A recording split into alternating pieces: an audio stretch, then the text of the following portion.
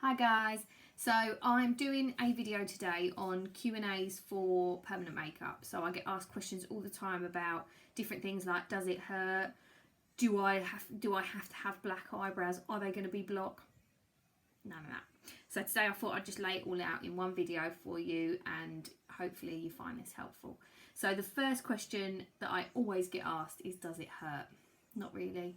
You would have to be a complete and utter wuss to think it hurts. It can be a little bit scratchy in places, especially the microblading. Microblading can feel a little bit scratchy, but nothing drastic. The actual treatment time itself isn't long. The whole treatment from start to finish is, around 2 hours.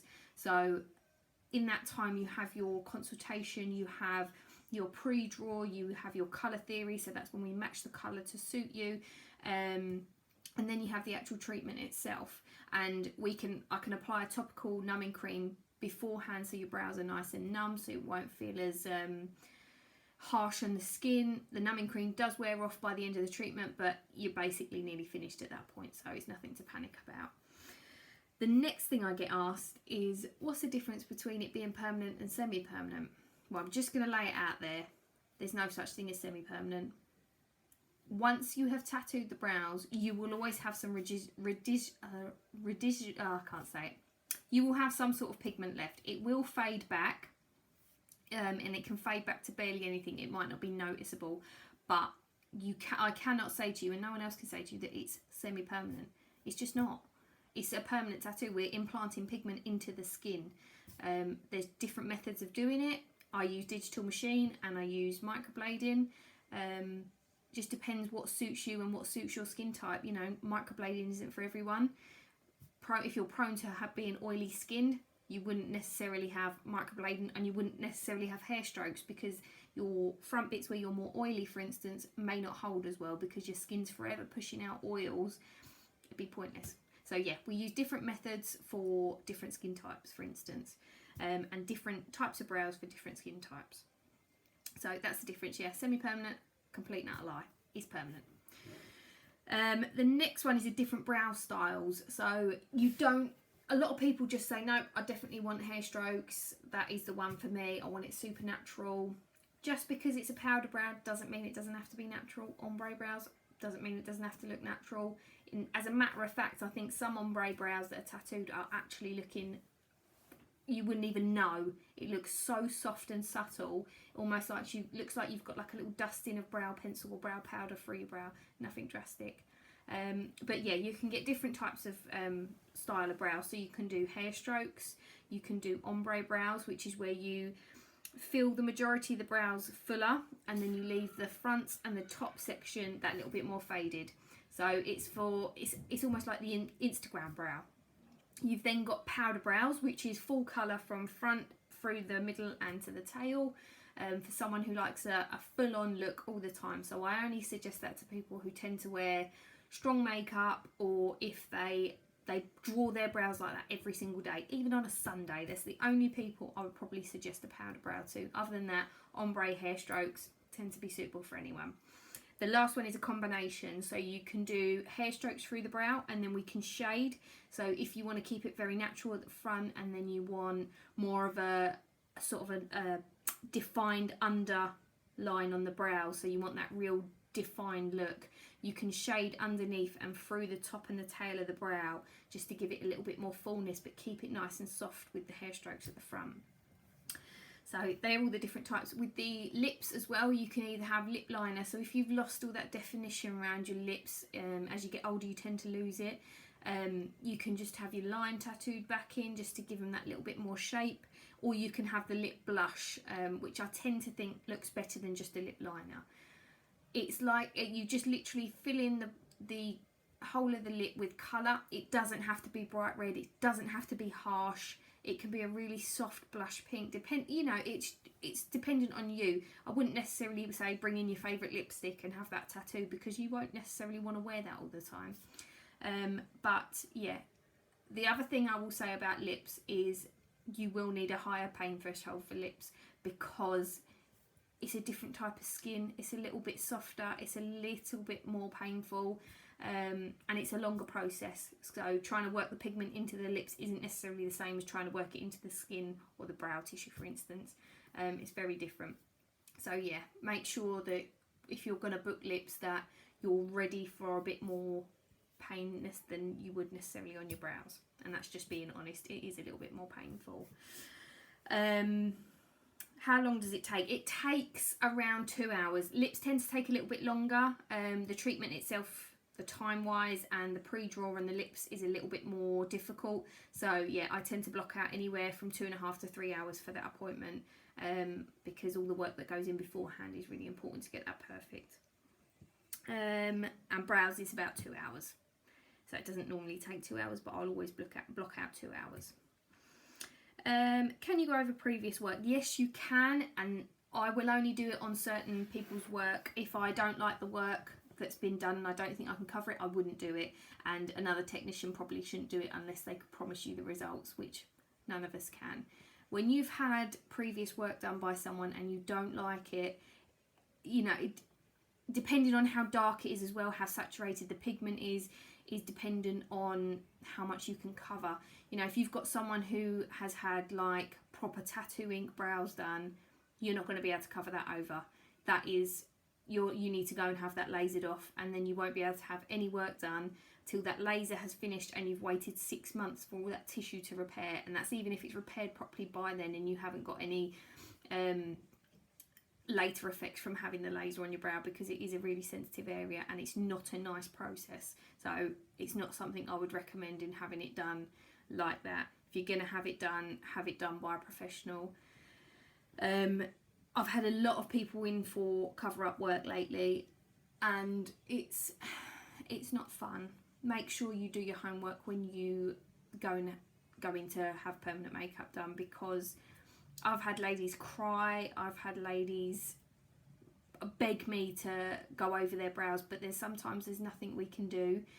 You know, you have to go down that serious route of having them lasered. You can't microblade over really dark brows because it's not necessarily going to cover. So yeah, really think about it when you're going to go into permanent makeup.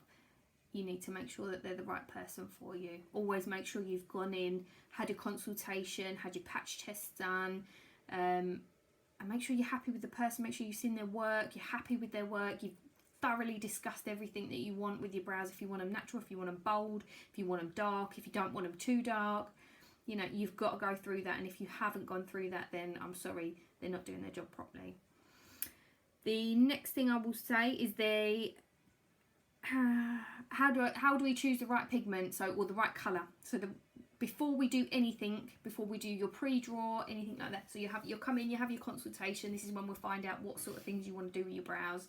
If you want them dark, if you want them, you know, really shaped, really defined.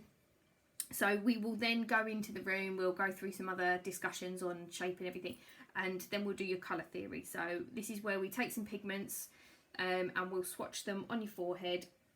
And at this point, we'll know whether you kick out really cool or you kick out really warm, or you're very neutral. It's not very often that people are neutral. People tend to be a lot cooler. And if you kick out cooler, then you don't want to put something that's too violet, because otherwise your cool tones are just going to kick out that violet as they start to fade, and it's not nice. So you want to keep something warm. As much as people don't tend to like the warmer colours, you need some warmth in there. So yeah, that is how we choose the pigment, and it's always discussed. We'll make sure that you're happy. For instance, I'm happy. If I'm happy to go ahead and you are, then we're on to the next stage, which is your pre-draw. So with your pre-draw, this is where we shape out your brow. So we'll have a little discussion on thickness, on the length of your brow, if you're happy where it starts and it finishes, and then we'll go on to actually draw the brow. And this is where we can tweak. So I tend to just start drawing on, and then I'll leave one brow undone and one brow done, and this is where we can see the difference between if you like the thickness, if you like how long it is, if you like where your arch is sitting, all that kind of thing. It's all discussed. There's only so symmetrical you can make a set of brows, because 9 times out of 10 you've got one muscle that sits a little bit higher. Like me, for instance, this brow always lifts up when I talk, so I know this brow is stronger. The arch naturally sits higher. There's nothing I can do about it. So I'm not necessarily going to go and have my other brow tattooed up here just because of that, because be no point. So you have to work with what you've got. The symmetry is down to your face. You can't necessarily make them perfect, because everyone's got different, you know, you've got different deposits of fat under your brows as well. Some people have a build up at the front or a build up near the arch, you know, that can make all the difference when it comes to them sitting perfectly. So yeah, you've got to take that into consideration, that they're not necessarily going to be absolutely smack on perfect. And if you do have a perfect asymmetrical face, then you're laughing. It's going to be great.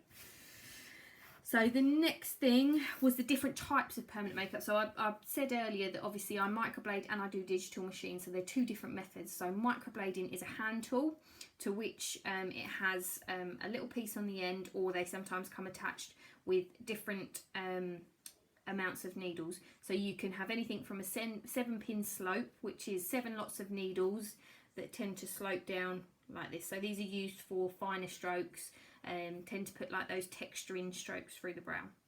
Or you can have one that are shaped like a U, can have up to like 21 pins or needles in one, and they tend to be better for like the longer strokes. So they are basically put through the brow to make an incision into the skin, and then the pigment is laid over the incisions, and that basically comes into the skin and soaks in, and then the skin will heal over the top of it.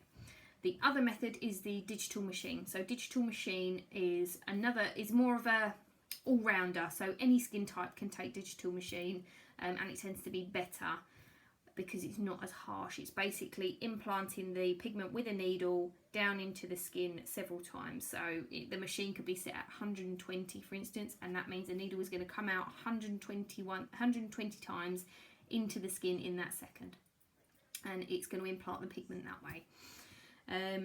Yeah, just two different methods. Doesn't necessarily mean you're going to get two different results. They're just two different methods. So the next one is, will my brows be shaped before treatment? So if there's any existing hair outside the brow, we do get rid of it. It's all gone. You won't leave with all the excess brow hair that you don't need. So all it is after that, it's your job to then maintain that, whether you go and get them waxed, whether you tweeze them, or have them threaded, whatever you like. You'll just have the shape there ready to just go around it, basically. The next one, qualification. Should always check that your technician's got a qualification. Mine is sitting in my salon. If anyone asks me, I can always get it out of the cupboard. Yeah, if they haven't got a qualification and they've just gone to do a quick couple of days course on microblading now, then would I trust them to do my eyebrows? No, not necessarily. Do your homework. Make sure they've got their insurance. Make sure they've got their license. Make sure that they've got their qualification. And probably check if they've got a bit of experience. I mean, everyone's got to start somewhere. I had to, obviously. But I had some experience in the game anyway, being obsessed with brows since I can remember. You know, just make sure you've done your homework, and they are who they say they are, and they know about brows, and it's their thing. Otherwise, it's just not worth it. Numbing. Yes, I can pre-numb you, but that is all you'll get. So you'll get numbed before the treatment, and then after that, nothing. Okay?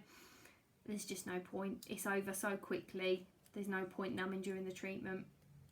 So yeah, it's just it just extends the treatment that little bit longer, to which you don't need. You don't want to cause any more trauma to the skin than what you already are. So you want to keep it as minimal as possible. So yeah.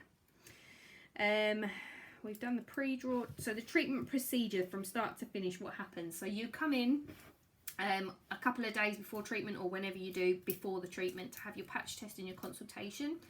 That is where I will do you 2 little plasters, or I'll do your scratch test where we test you for the pigment and the numbing cream, and then you will fill out some medical paperwork and a sensitivity patch test form, and then the rest of the paperwork will be filled in on the actual day. So on that consultation, we will discuss what you're thinking about doing for your brows, what you want to do for your brows.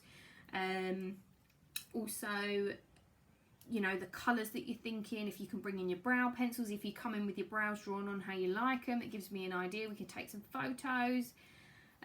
Also come in with pictures of brows that you like, so that we can get an idea of what you want to go for and if it's achievable on your face.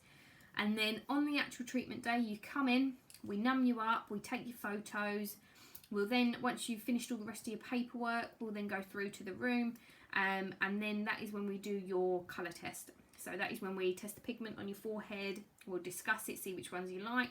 Perfect, we'll do that one. Next is we do your pre-draw. So your pre-draw is obviously your template for your brows, so I know where I'm tattooing, whether it be your ombre, your powder, your hair strokes, combination, you name it, whatever. Same with your lips. This is where we pre-draw. So once that is done, we then go through to the procedure. So that is when you lay down on the bed. I'm then going to wipe off any numbing cream or get rid of any hairs, all that, and then everywhere is set up anyway before you come in, so I don't have to do anything. I then wash my hands, then set up the treatment area, and I will always show you, if you're a client of mine, your needles. They should always be clean, sterile and packaged. Not open, not laying on the side ready to go. They should be in that package until you are ready to start your treatment. That's another thing to look for. Everything should be sterile in the room. It should be clean, it should be tidy, there shouldn't be stuff all on the sides. Once you've had your treatment done, I'll then go through your aftercare advice and give you any creams if you need them. I tend to stick with dry healing because I find it works better for my clients. And then you're done, and then you're back to me 4 to 6 weeks later to top up any areas, because you can lose pigment, it's really normal. And yeah, then we'll top up the areas that need doing, and then after that I shouldn't see you for anywhere from 6 to 18 months. So yeah. Next question was, what is the pre-treatment and the aftercare advice? Sorry. So your pre-treatment advice is for 48 hours before you come and see me, I ask that you don't take any ibuprofen, any codeine, any alcohol, and any aspirin. I also not ask you to drink any caffeine. If you're taking any medication that I think can interfere with the treatment or your healing, then I'll ask you not to take them, obviously if you're medically able not to take them. If you have a medical condition that I need to know about, then obviously that's on your paperwork, and you tend to have a doctor's note to say it's okay. So that's all discussed on the day. So the other pre-treatment stuff is obviously to come in with your makeup on. You don't have to, because if you're not bothered and you just want to start fresh on your brows, then you don't have to, that's fine. The other things for your aftercare is, after you have had your brows done, the most important thing is not to touch them.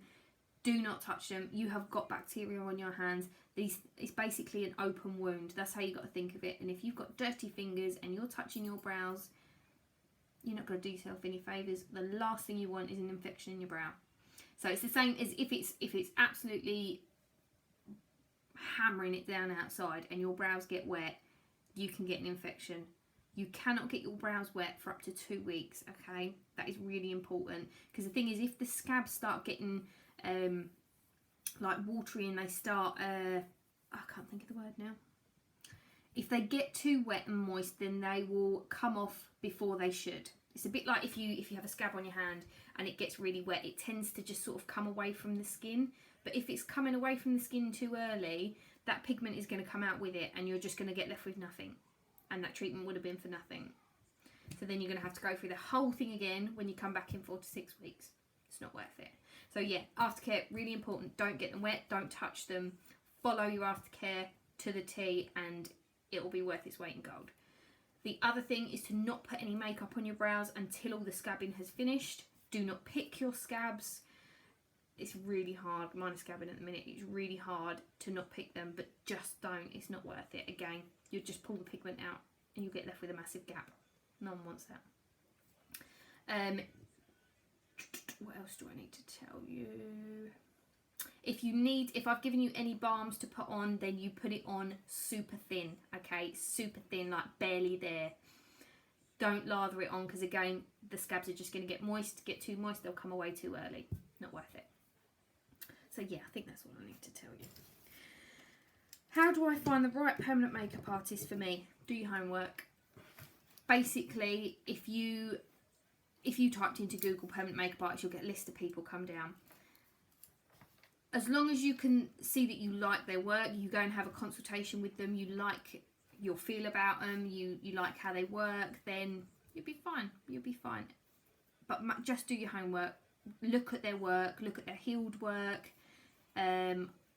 recommendations are the best thing. If you've got a friend who's had it done and her brows are on point, go to that person, because 9 times out of 10 they're a really good artist, and if you've been recommended, I think that's the best way.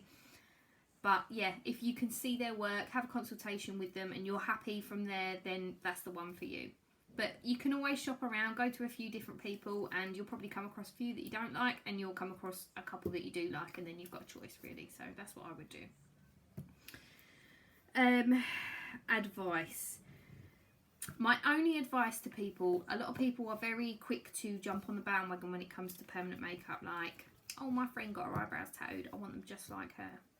Might not be for you, might not be, you know.